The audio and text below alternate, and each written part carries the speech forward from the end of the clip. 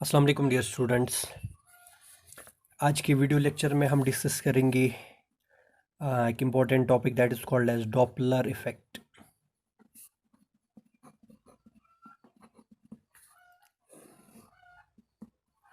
Doppler effect और हमारा जो फोकस रहेगा that is on sound waves.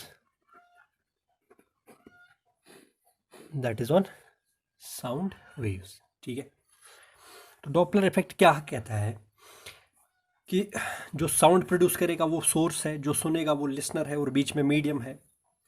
जब भी तीनों के बीच कोई रिलेटिव मोशन होगा, whenever there is relative motion between source of sound, listener of sound and medium, ठीक है, तो जो लिसनर जो फ्रीक्वेंसी सुनेगा साउंड की that is called as apparent frequency, वो हमेशा डिफरेंट होती है एक्चुअल फ्रीक्वेंसी से। This effect is called as Doppler effect.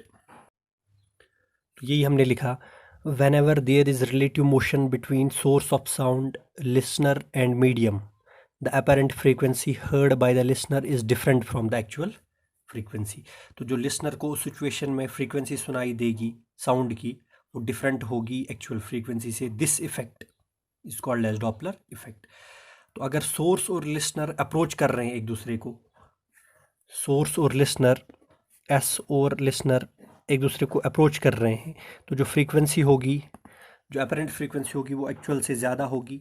अगर सोर्स और लिसनर एक दूसरे से दूर भाग रहे हैं तो जो फ्रीक्वेंसी ऑफ साउंड होगी वो एक्चुअल फ्रीक्वेंसी से कम होगी। फॉर एग्जांपल, इसकी सिंपल एग्जांपल अगर आप देखना चाहोगे, तो अगर आप देख रहे हो कि कोई गाड़ी है वो हॉर्न बजा रही है, ठीक है, तो अगर वो गाड़ी आपकी तरफ आ रही है तो हॉर्न की पिच ज़्यादा सुनाई देगी आपको, पिच उसकी ज़्यादा होगी, यानी कि फ्रीक्वेंसी ज़्यादा होगी। और अगर वो दूर जा रही है तो पिच हॉर्न की कम सुनाई देगी आपको। ठीक है, तो इस डॉपलर इफेक्ट से फ्रीक्वेंसी में क्या चेंज आता है उसको हम डिराइव करेंगे। और एजम्पशन हम यहाँ पे मान रहे हैं कि सोर्स, लिसनर, ये सारे एक लाइन पे हैं। ठीक है, और एक बात, जो सोर्स की वेलोसिटी होगी, लिसनर की वेलोसिटी होगी या मीडियम की वेलोसिटी होगी, वेलोसिटी ऑफ साउंड उनसे ज़्यादा होगी। Velocity of sound is greater than all these velocities. ठीक है, ये एजम्पशंस हम मान रहे हैं। ठीक है, तो सपोज ये हमारे पास से this is source, this is source, this is listener. ठीक है, सोर्स की वेलोसिटी है वी एस, लिसनर की वेलोसिटी है वी एल। ठीक है, और मीडियम भी, सपोज फर्स्ट कंडीशन में हम लेंगे मीडियम भी चल रहा है सपोज, और मीडियम की वेलोसिटी है वी एम। मीडियम की वेलोसिटी है वी एम। ठीक है, सोर्स की वेलोसिटी वी एस, लिसनर की velocity V L and medium की वेलोसिटी वी एम। ठीक है, तो अगर साउंड की वेलोसिटी जो स्टिल एयर है, यानी कि जो रुका हुआ मीडियम होगा, उसमें साउंड की वेलोसिटी है V, velocity of sound in still air is equal to v. v is the velocity of sound. ठीक है, suppose lambda is its actual wavelength and nu is its actual frequency, तो हम क्या लिख सकते हैं, that lambda is equal to v upon nu। lambda is equal to v upon nu। ये है एक्चुअल में सिचुएशन। ठीक है, जब सब कुछ रेस्ट में होगा। ठीक है, तो lambda wavelength of sound wave is velocity upon its frequency. This is actual. ठीक है, अब मीडियम चल रहा है वीएम से और साउंड की वेलोसिटी है वी, तो velocity of sound in moving air क्या होगी? Velocity of sound in moving air will be velocity of sound in moving air is equal to V plus we M, यानी कि जो साउंड की velocity है plus जो medium की velocity है। ठीक है, अब रिलेटिव वेलोसिटी, रिलेटिव वेलोसिटी, क्योंकि अब रिलेटिव मोशन हो रहा है, हर कोई चल रहा है। Relative velocity of sound with respect to source, relative velocity of sound with respect to source किसके बराबर होगा? v plus we M. ठीक है, और सोर्स की वेलोसिटी है वी एस, तो आएगा minus V S. Direction same है तो इसीलिए हम माइनस ले रहे हैं, ये पढ़ा है रिलेटिव वेलोसिटी ऑलरेडी। ठीक है, तो ये है velocity of sound in moving air. ठीक है, वी प्लस वी एम। ये है relative velocity of sound with respect to source, यानी कि साउंड की वेलोसिटी माइनस सोर्स की वेलोसिटी वी एस। ठीक है, माइनस इसीलिए क्योंकि डायरेक्शन इनकी क्या है, सेम। ठीक है, अब इसी तरह से अगर अपरेंट वेवलेंथ की बात करें, apparent wavelength of sound wave is, sound wave की अपरेंट वेवलेंथ क्या होगी, लैम्डा डैश, किसके बराबर आएगा, relative velocity of sound with respect to source, that is v plus we M minus we S. जैसा आपने देखा यहाँ पर लैम्डा जो है वो किसके बराबर होता है, वेलोसिटी अपॉन न्यू। ठीक है, तो velocity, relative velocity of sound with respect to source upon, ठीक है, अपॉन न्यू। ठीक है, दिस इज अपरेंट वेवलेंथ। ठीक है, अब लिस्टर की बात करेंगे। रिलेटिव वेलोसिटी, अभी आपने लिखा relative velocity of sound with respect to source, तो यहाँ पे आया माइनस वी एस। अगर मैं लिखूंगा relative velocity of sound with respect to listener, तो क्या आएगा, V plus we M minus we L. Relative velocity of sound with respect to listener. ठीक है, लिसनर के हिसाब से रिलेटिव वेलोसिटी साउंड की क्या होगी,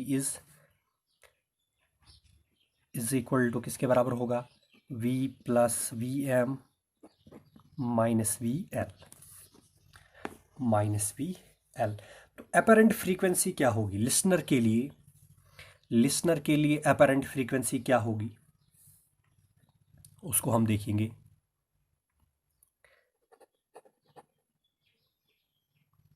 apparent frequency of sound for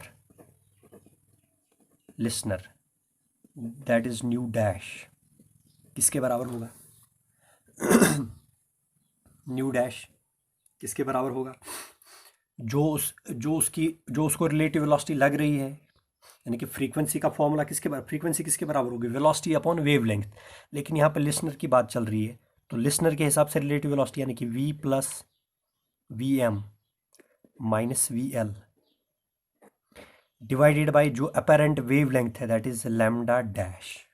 ठीक है, v plus we M minus we L, v plus we M minus we L upon lambda dash. तो अब इसमें हम लैम्डा डैश का वैल्यू रखेंगे। जब आप लैम्डा डैश का वैल्यू यहाँ पे रखोगे तो ये जो v plus we M minus we S है ये डिनोमिनेटर में आएगा, और ये जो न्यू है एक्चुअल फ्रीक्वेंसी ये ऊपर जाएगा। ठीक है, तो मैं उसको डायरेक्टली लिख रहा हूँ नेक्स्ट पेज पे, न्यू डैश क्या होगा apparent frequency, nu dash will be equal to, nu dash is equal to क्या आएगा, v plus we M minus we L upon v plus we M minus we S whole multiplied by nu. तो this is the formula for apparent frequency as heard by the listener. ठीक है, और हमने यहाँ पे condition ली है कि medium भी चल रहा है।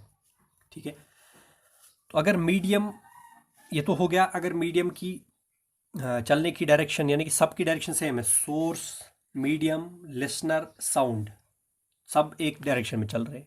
अगर मीडियम अपोजिट में चलेगा, यानी कि अब वो लिखने की ज़रूरत नहीं है, अगर मीडियम यानी कि एयर साउंड के अपोजिट डायरेक्शन में चलेगा तो करना क्या है, यहाँ पे माइनस प्लस वी एम की जगह आएगा minus V M, plus we M की जगह माइनस वी एम, न्यूमरेटर में भी और डिनोमिनेटर में भी। ठीक है, वो खुद ही अंडरस्टूड है, अब हम वो केस नहीं लिखेंगे। इसी तरह से अगर मीडियम रेस्ट में है, now this is important case. ठीक है, if medium is at rest, medium is at rest, तो वी एम कितना आएगा, ज़ीरो।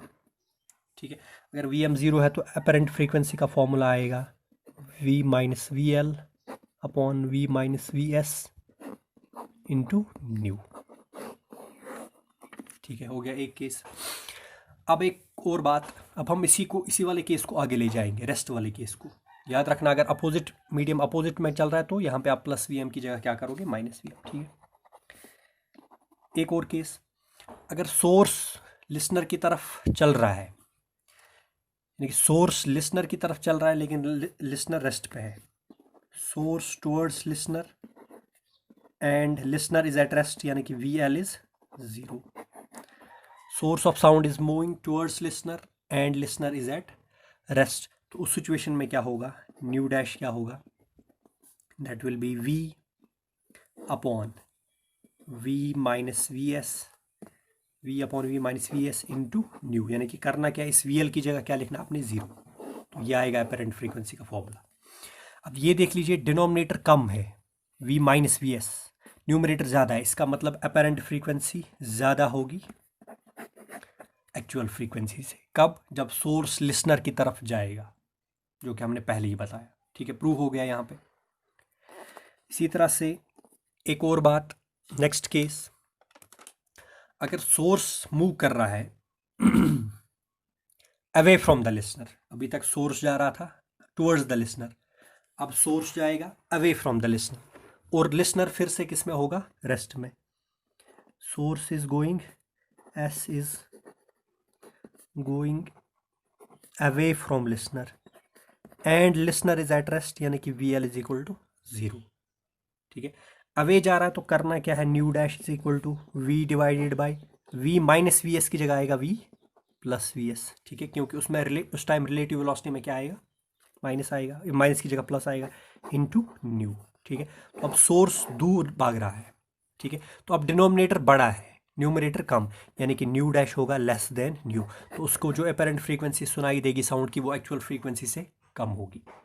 अब इसी तरह से आप टुवर्ड्स वाला केस कर सकते हो, किसके लिए, लिसनर के लिए, यानी कि आप लिखोगे L two S, listener is going towards source and source is at rest. ठीक है, आप वो वाला केस आप खुद कर सकते हो। ठीक है, क्या आएगा, अब इजी है। इसी तरह से listener is going away from the source and source is at rest, वो वाला केस भी आप खुद देख सकते हो। ठीक है, तो वहाँ पे भी जब टुवर्ड्स होगा तो फ्रीक्वेंसी ज़्यादा होगी अपेरेंट एक्चुअल से। इसी तरह से जब लिसनर दूर जाएगा तो अपेरेंट फ्रीक्वेंसी कम होगी as compare to actual frequency. अब एक इम्पॉर्टेंट केस है, अगर दोनों रेस्ट पे है, दोनों रेस्ट पे, सोर्स भी लिसनर भी मीडियम भी, तो ऑब्वियसली न्यू किसके बराबर आएगा, न्यू डैश के बराबर। ठीक है, एक और केस, अगर लिसनर भी चल रहा है, सोर्स भी चल रहा है, सेम स्पीड से सेम डायरेक्शन में, लिसनर भी चल रहा है, सोर्स भी चल रहा है, सेम डायरेक्शन में सेम स्पीड से, तो उस सिचुएशन में भी न्यू डैश जो है न्यू के बराबर होगा। कब, when V S and V L, या ऐसे मैं लिखूंगा, when V S is equal to V L, velocity of sound is equal to velocity of source is equal to velocity of listener and direction is same. ठीक है, तो उस situation में new dash किसके बराबर होगा, apparent frequency is equal to actual frequency. तो इस तरह से ये वेव्स का टॉपिक भी ख़त्म हो गया, और नेक्स्ट लेक्चर में हम इसके रिलेटेड थोड़ा न्यूमेरिकल्स देखेंगे, and after that we will start new chapter. Thank you.